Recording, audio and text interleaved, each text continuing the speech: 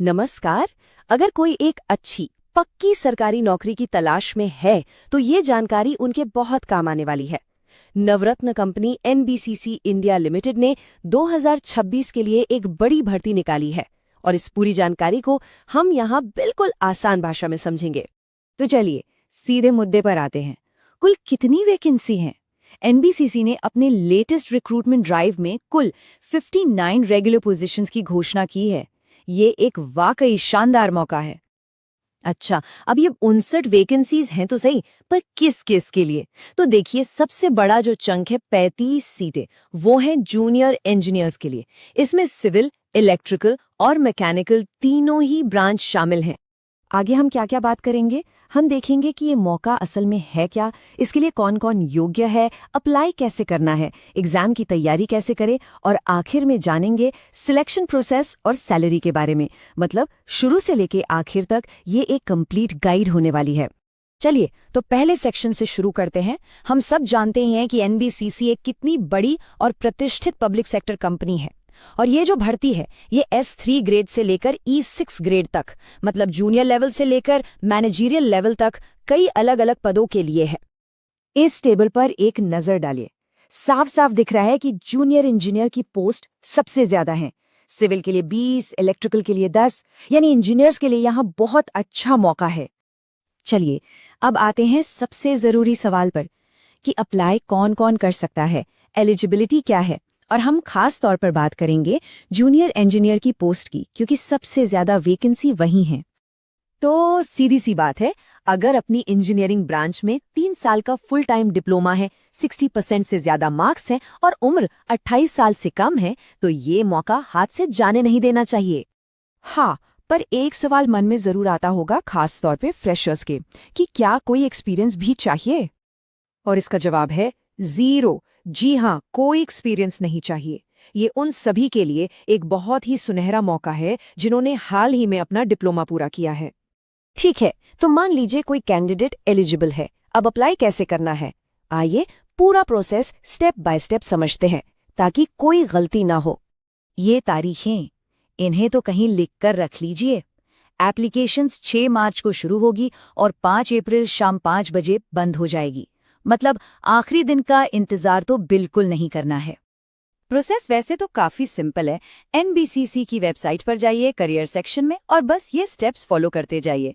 बस हाँ, एक चीज का खास ध्यान रखना है कि सारी डिटेल्स एकदम सही सही भरी जाएं।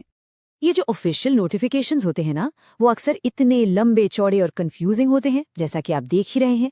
तो हमारा काम यही है कि उसमें से सबसे जरूरी जानकारी निकालकर आसान भाषा में सब तक पहुंचाएं। अब बात आती है एप्लीकेशन फीस की।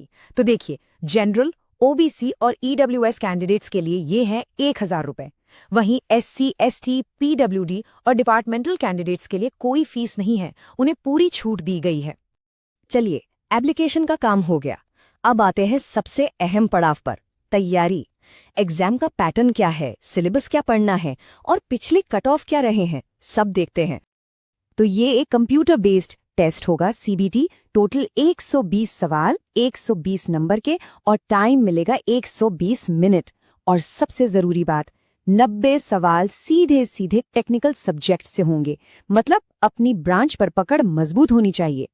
जैसे सिविल वालों के लिए इंजीनियरिंग मैकेनिक्स, सर्वेइंग, और इलेक्ट्रिकल के लिए नेटवर्क एनालिसिस, ये सब तो पढ़ने ही हैं। और एक बहुत बड़ी खुशखबरी है, इस एग्जाम में कोई नेगेटिव मार्किंग नहीं है। मतलब सारे के सारे सवाल अटेम्प्ट किए जा सकते हैं बिना किसी डर के। एक आइडिया लेने के लिए ये 2022 के सिविल जेई के कट ऑफ पर नजर डालिए। इससे ये समझने में मदद मिलती है कि कंपटीशन कैसा है और टारगेट स्कोर क्या लेकर चलना है। तैयारी अपनी जगह है, लेकिन एग्जाम वाले दिन की प्लानिंग भी बहुत जरूरी है। तो चलिए कुछ जरूरी बातें जान लेते हैं ताकि उस दिन कोई लास्ट मिनट की हड़बड़ी ना हो। ये एक छोटी सी चेकलिस्ट है। एडमिट कार्ड का print out, 2 passport size photo, एक ओरिजिनल ID। ये सब तो बिल्कुल भूलना ही नहीं है। इनके बिना सेंटर में एंट्री नहीं मिलेगी। और जैसे कुछ चीजें ले जानी जरूरी हैं, वैसे ही कुछ चीजें बिल्कुल बैन हैं। फोन, कैलकुलेटर, कोई भी इलेक्ट्रॉनिक डिवाइस, ये सब बाहर ही रखकर जाना होगा। इस मामले में कोई लापरवाही नहीं करनी है। तो चलिए अब हम आखिरी पड़ाव की ओर बढ़ते हैं। मान लीजिए एग्जाम अच्छा हो गया, तो आगे क्या होगा, सिलेक्शन प्रोसेस और सैलरी कैसी होगी? और यहाँ जूनियर इंजीनियर की पोस्ट के लिए एक बहुत बड़ी और अच्छी खबर है। सिलेक्शन सिर्फ और सिर्फ सीबीटी के स्कोर पर होगा, कोई इंटरव्यू नहीं। जी हाँ, कोई इंटरव्यू नहीं, बस एग्जाम क्लियर कीजिए और नौकरी पक्की। और जब नौकरी पक्की होगी तो सैलरी भी तो अच्छी होनी चाहिए। एनबीसीसी में आईडीए पे स्केल मिलता है, जो कि बहुत बढ़िया माना जाता है। जूनियर इंजीनियर की ही बेसिक पे 27,270 रुपए से शुरू होती है और इसके ऊपर डीए, एचआरए जैसे कई अलाउंस जुड़ते हैं। तो सारी की सारी जरूरी जानकारी अब हमारे पास है। ये एक शानदार मौका है, इसमें कोई शक नहीं। अब बस एक ही सवाल बचता है, क्या आप एनबीसीसी के साथ अपना भविष्य बनाने के लिए तैयार हैं? अगर हाँ, तो तैयारी में आज से ही जुट जाइए।